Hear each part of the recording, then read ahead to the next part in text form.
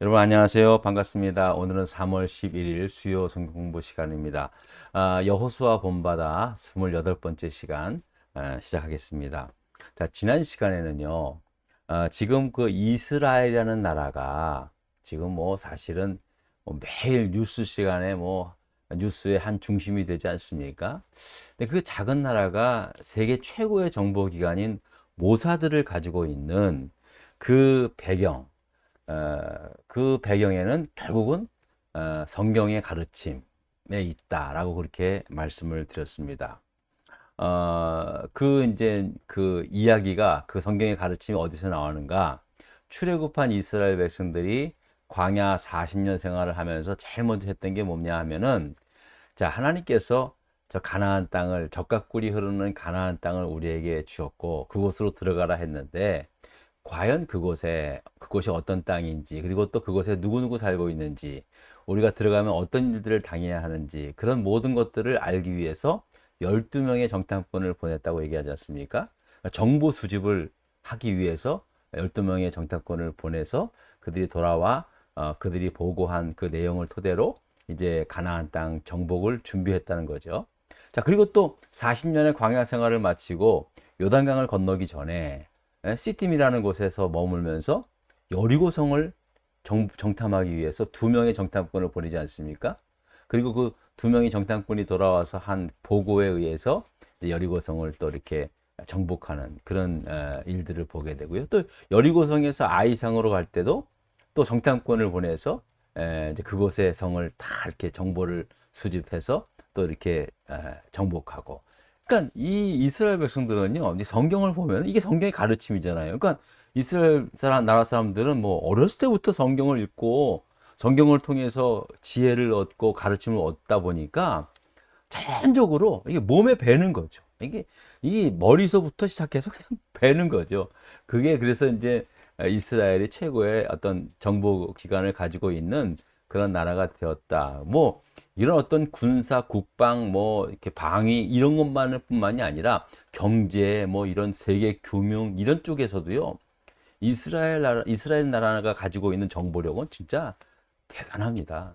그래서 사실 지금까지 그 나라가 지금까지 살아있다라고 그렇게 볼 수 있고 또 무엇보다도 그들이 모든 어떤 그 삶의 지혜의 원천을 성경에 두고 있다라는 것을 또 제가 그 원유에 대해서 그들이 산유국이 되었다는 그 예를 들어서 말씀을 드렸지 않습니까? 한 20여 년 전에 이 이스라엘 나라도 전 양을 다 그러니까 석유를 다 수입해서 쓰던 나라인데, 어?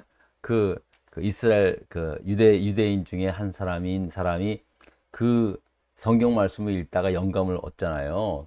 그래서 이제 석유를 발견하고 유전을 발견하고 또 천연가스를 발견해서 지금은 자급자족하는 나라가 되었다라고 그렇게 말씀을 드렸지 않습니까?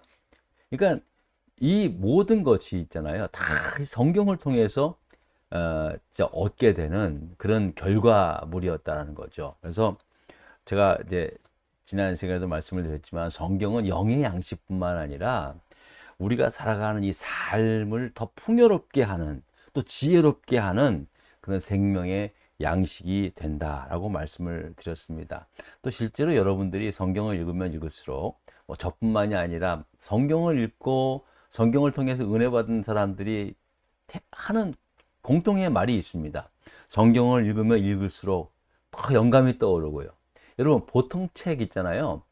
아무리 재밌는 책도 3번 이상은 안 읽습니다. 저도 정말로 특별히 좋아하는 책은 2번 읽고 3번까지는 읽어본 책이 거의 없는 것 같아요. 제 기억에는 그렇습니다.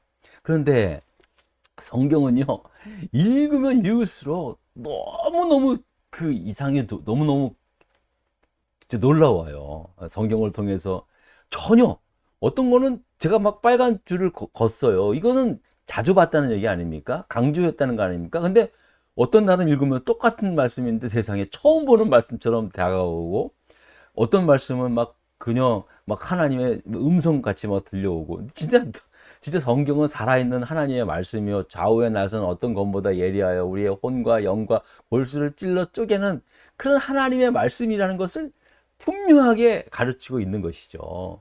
그래서 성경은 우리의 영적 양식뿐만 아니라 우리가 살아가는 데 있어서 어떤 아이디어라든지 영감이라든지 어떤 우리의 인생의 방향을 결정하고 어떤 중요한 것들을 결정하고 확정하는 일에 있어서 진짜 너무나 우리에게 지혜도 주고 힘도 주는 그런 하나님의 말씀이다라는 것을 다시 한번 오늘 시작하면서 언급을 드리도록 합니다.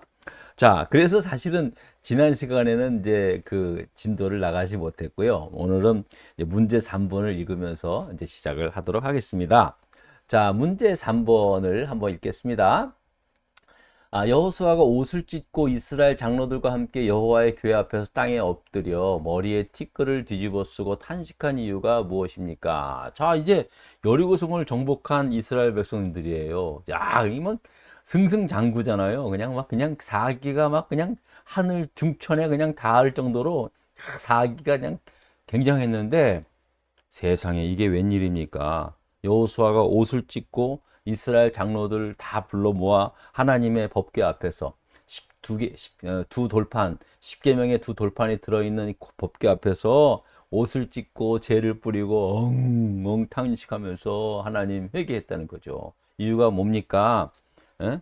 여러분, 이유는 뭐냐면은 이 정탐꾼들의 보고에 의하면은 2, 3천 명이면 충분하다고 하는 그 아이성에 3천 명을 보냈는데 세상에 이게 뭡니까? 완전히 대패를 하고 그냥 혼비백산 도망쳐 내려왔다는 거죠. 자, 우리 4절, 5절을 한번 보겠습니다. 자, 3천 명을 보냈는데 어떻게 됐는가?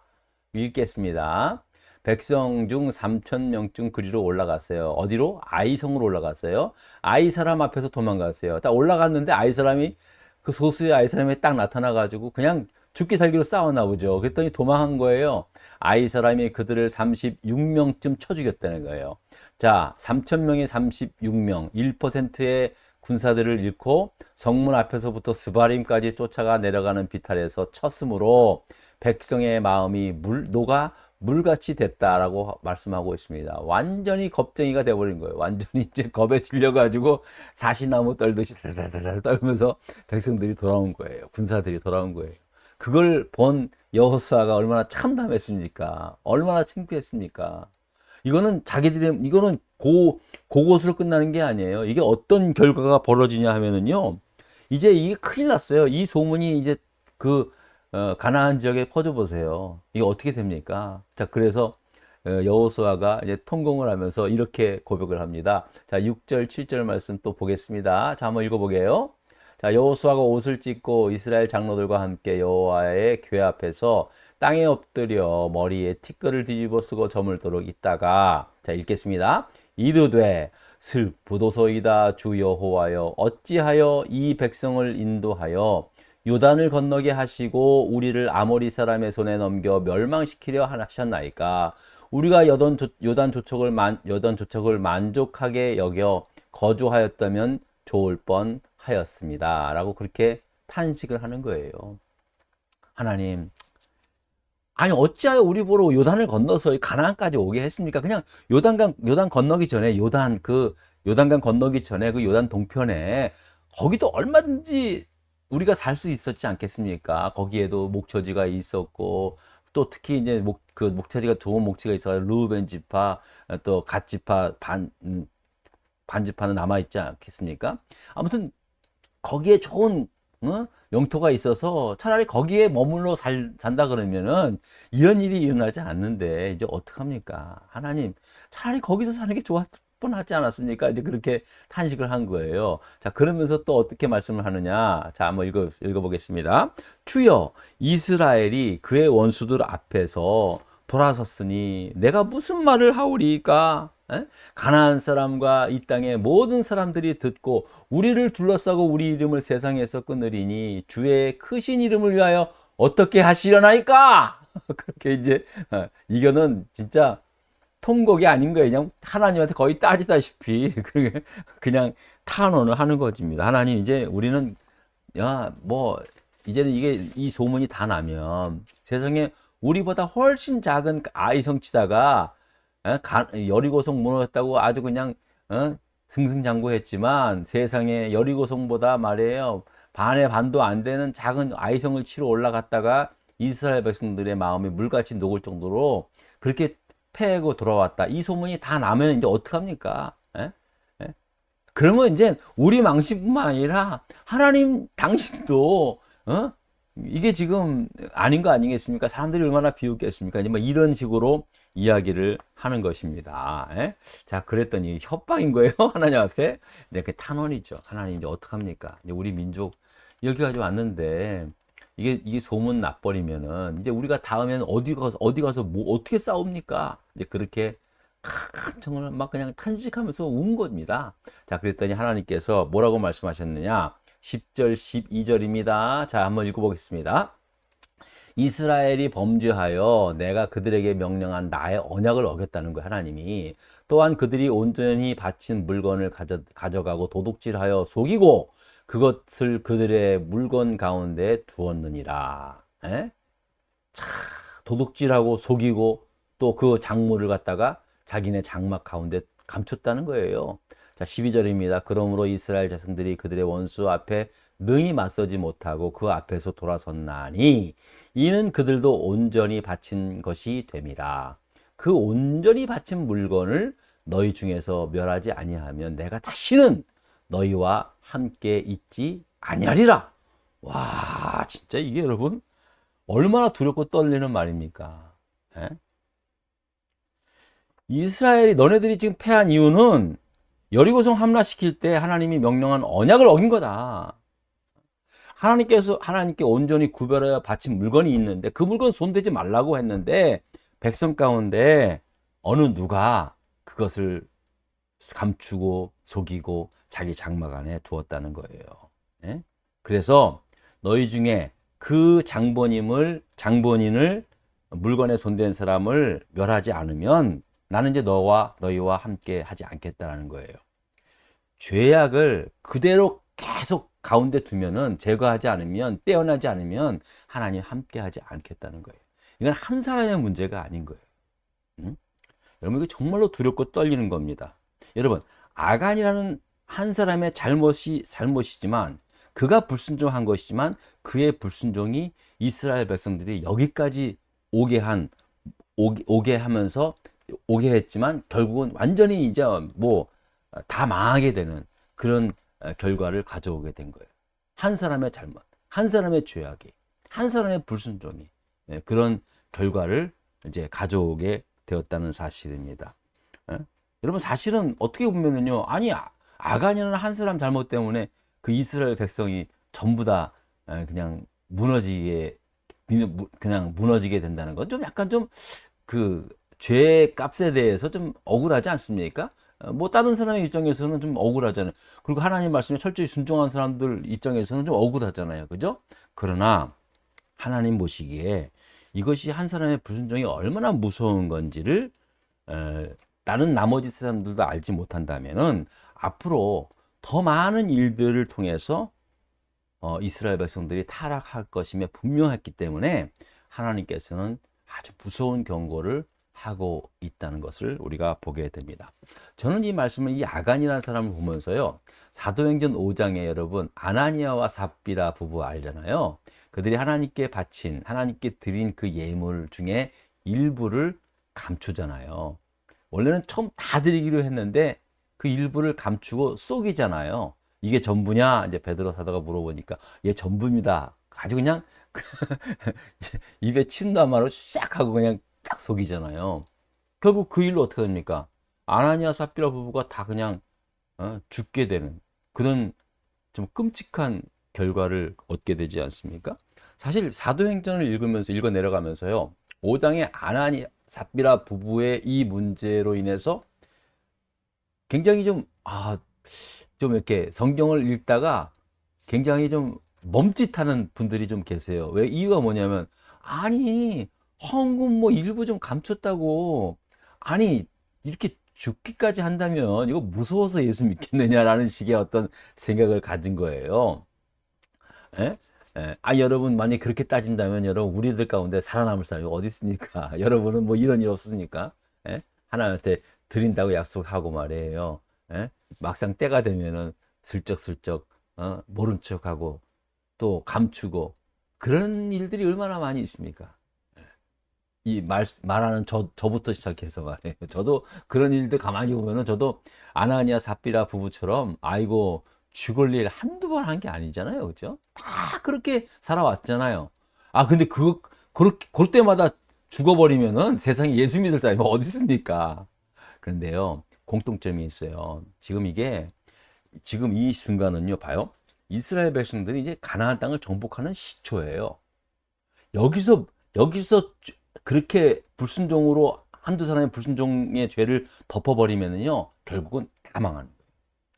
초대교회도 마찬가지. 초대교회 이제 교회가 시작이 돼서 한참 불같이 막 성령이 막 그냥 막 역사해가지고 하루에 3천 명, 5천 명씩 막 돌아오는 회개하며 돌아오는 그런 대부흥의 역사가 일어났는데 그들 가운데 아나니아 삽비라 부부의 죄로 인해서 예? 그 죄가 교회 안에 어? 은근슬쩍 들어와서 이것이 점점 용납이 되고 허용이 되고 뭐 다 그런 거지. 아유 다 사람인가 그런 거지. 이런 식으로 허용되면은 금방 다 무너진다는 거예요. 예? 여러분 정말로 우리가요 진짜 우리가 어, 성령을 회방하는 것 이게 예수님도 말씀을 드렸잖아요. 성령을 회방하는 자는 절대 용서받지 못한다고. 저는 사람이 살다가 서로 사람끼리 속일 수 있어요.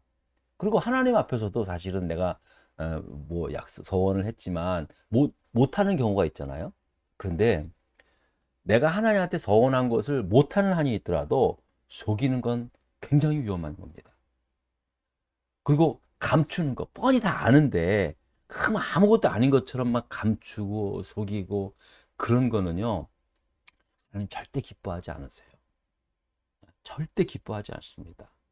그러니까 여러분 앞으로도 우리가 믿음 신앙생활 하면서도요 사실 마음은 원이로되 하지 못하는 경우가 참 많이 있잖아요. 저도 마찬가지고 우리 교인들도 마찬가지고 사실 내가 뭐 한 해 한 해마다 뭐 매주마다 내가 이제 이래야지 저래야지 하나 성경 더 많이 봐야지 기도 많이 해야지 목사님이 또 그렇게 말씀하셨는데 나도 기도해야지. 근데 해야지라고 하면서도 하지 못하는 게 정말 많잖아요. 또 내가 하겠다라고 그렇게 약속을 했지만 하지 못하는 거 많이 있습니다. 근데 못하는 한이 있더라도 속이진 말아야 돼요. 마치 하는 것처럼. 또 내 죄를 감추고 그거는요 굉장히 위험한 일이 될 수 있다는 거예요. 그리고 그런 일이 자기도 망할 뿐만 아니라 함께 있는 가정이나 교회까지도 커다란 영향을 주고 있다는 사실을 여러분이 꼭 잊지 마시기 바랍니다. 그래서 오늘은요 이것을 교훈으로 해서 우리가 못하는 한이 있더라도 속이진 말자, 감추진 말자. 그냥 못하면 못하는 대로 또 잘못하면 잘못한 대로 하나님 나 이렇게 잘못했어요. 나 하나님 못하게 됐어요. 죄송합니다. 회개하고 다시 일어나고 그러면서 가는 거예요. 원래 신앙생활은 그런 거예요. 네? 광야 생활은 여러분 광야 40년 생활에 뭐 이스라엘 백성들이 뭐 늘 잘했습니까? 아니에요. 늘 원망하고 불평하고 또 하나님한테 또 책임만 받고 다시 또 회개하고 그런 삶이에요. 사사기 시대 도 그렇고 다 성경은 그런 거예요. 그러나 그것이 뭐 맞다. 그것이 답이라는 건 아니에요. 하지만 그럼에도 불구하고 계속해서 하나님 내가 다시 일어서겠습니다. 그러면 그 넘어짐의 깊이가 조금씩 낮아지고 해가지고 이제 넘어지지 않고 이제 서서 갈 수가 있는 거예요. 신앙생활 그렇게 해 나가야지 뭐 한두 번 하다가 안 됐다고 해서 포기할 필요도 없고요. 또 새롭게 또 나가고 또 넘어지면 또 나가고 그러다가 이제 주님 만나는 거예요. 그러면서 주님 만났을 때 아이고 애썼다. 아이고 애썼다. 아이고 애썼다. 어깨 두드리는 그 예수님의 그 사랑을 여러분 꼭 기억하시고 우리 남은 생에 그런 삶을 살기를 부탁을 드리겠습니다. 할렐루야. 자, 오늘도 꼭 설교처럼 돼가 죄송합니다. 자, 그럼 또 다음 주에 뵙도록 하겠습니다. 여러분들 건강하세요.